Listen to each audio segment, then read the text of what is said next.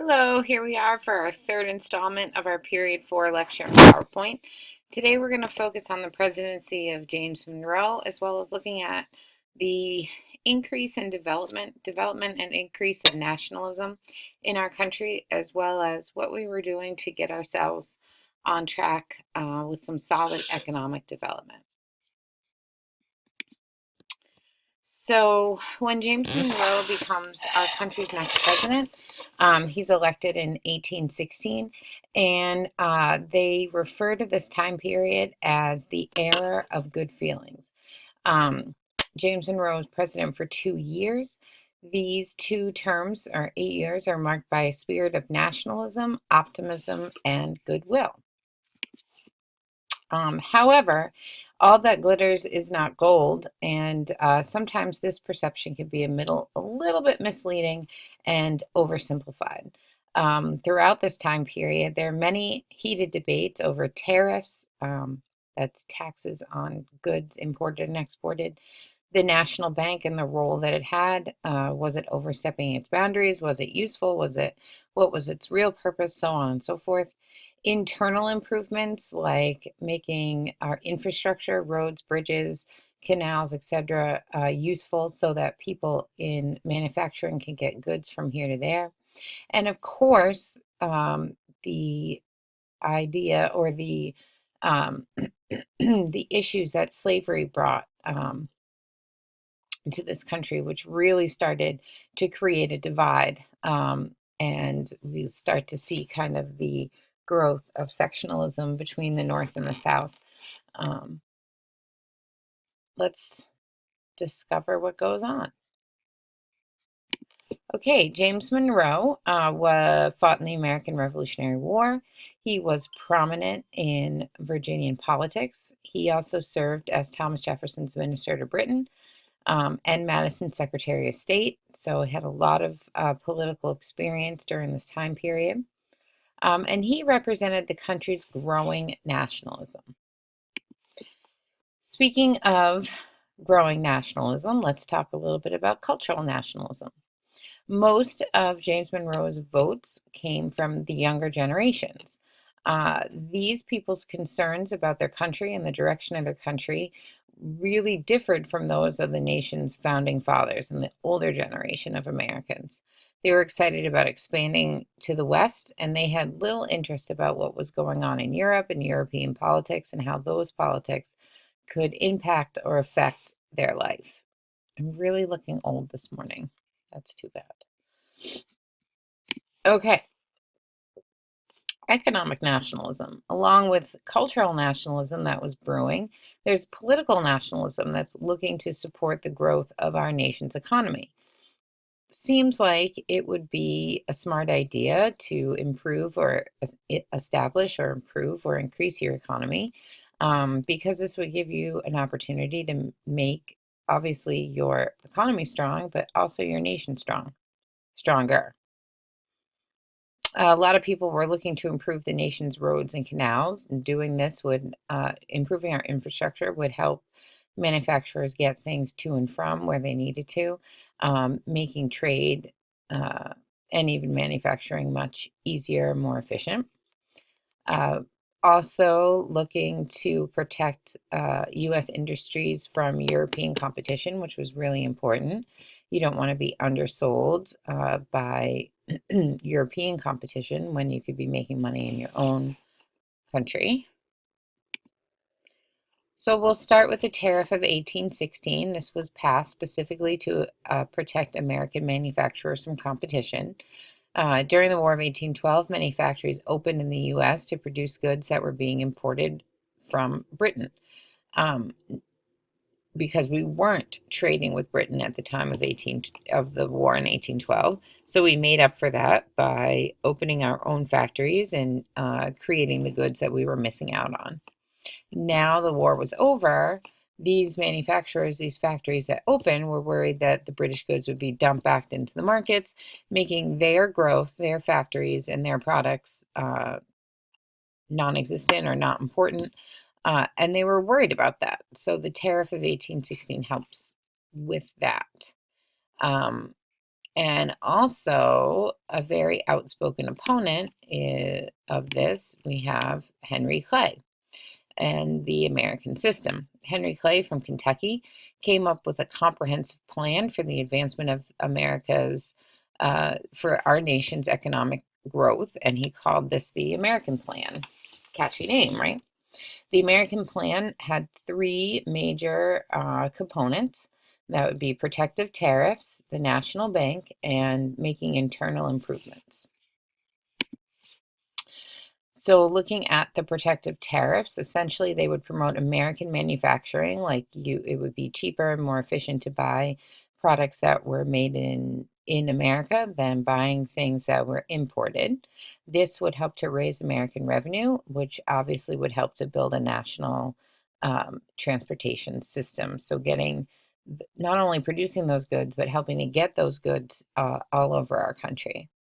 The national bank would keep the system running smoothly and provide not a natural, but a national currency. So no longer would the states have their own monies, different monies for different states. Everything would run kind of on the same system. And of course, internal improvements that we can make to our country would promote growth in the West and the South. At this time, the North is already fairly industrialized or working on industrializing or becoming more industrialized. The South is still working their agricultural system, and the West is still pretty much a frontier, but they are getting stronger and more established. Two parts of the plan were already in place. However, Madison and Monroe did not believe that it was the central government's role to provide money to build roads, bridges, etc., and help with the infrastructure of the country. They believed that it was the state's job to do that, and so both of these gentlemen vetoed the bill and many bills requesting funds. Individual states were left to make these internal improvements. Hello. Kind of a big issue that came about at this time was the Panic of 1819. And this is the first major financial panic that we see here in the States since the Constitution had been ratified. This panic is caused mostly by the Second Bank of the U.S., which was trying to control inflation.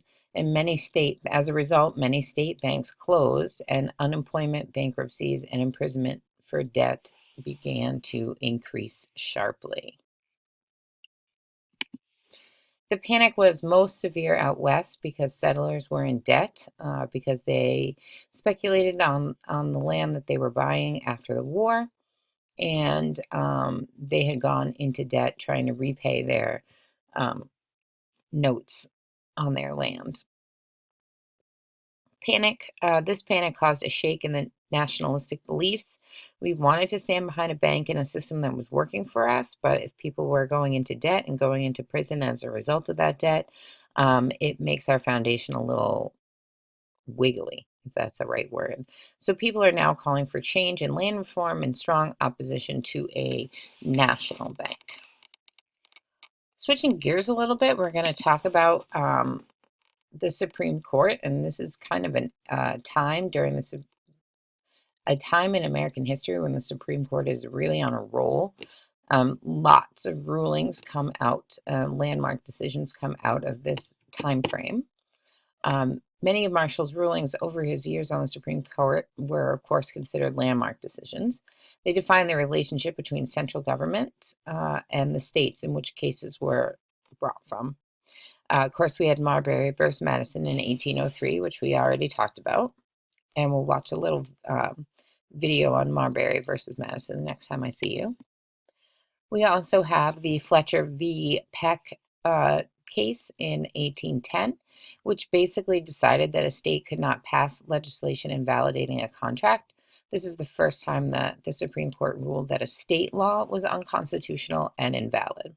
I like to think of this time period as the Supreme Court flexing its muscles and figuring out what actual role they play in our federal government, in our centralized government, and what really kind of working the system of checks and balances. We also see the Martin v. Hunter lease, 1816. The Supreme Court established that it had jurisdiction over state courts in cases involving constitutional rights. Dartmouth College and Woodworth v. Woodworth, actually, 1819. This had to do with a law in New Hampshire that changed Dartmouth College from a privately chartered college to a public institution. Still exists today, by the way. The court struck down the state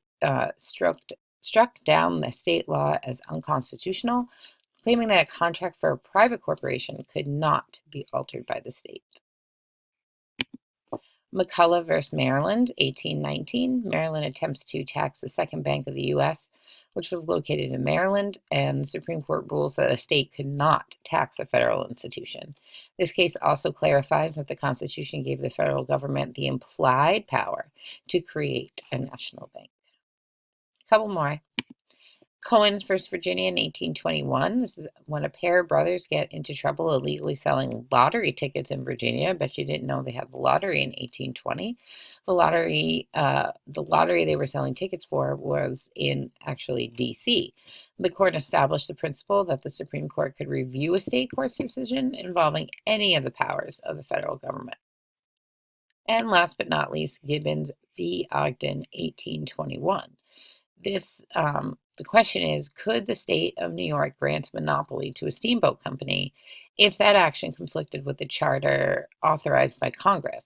The Supreme Court ruled that a monopoly was unconstitutional, and this is going to play in later when we get really industrialized or become a really industrialized nation, and establish the federal government's broad control of interstate commerce.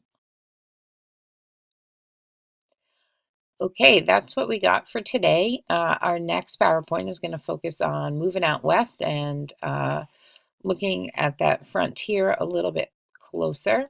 And I hope that you are enjoying this time period, and I have some primary documents for us to review next time I see you. And have a good day. Bye.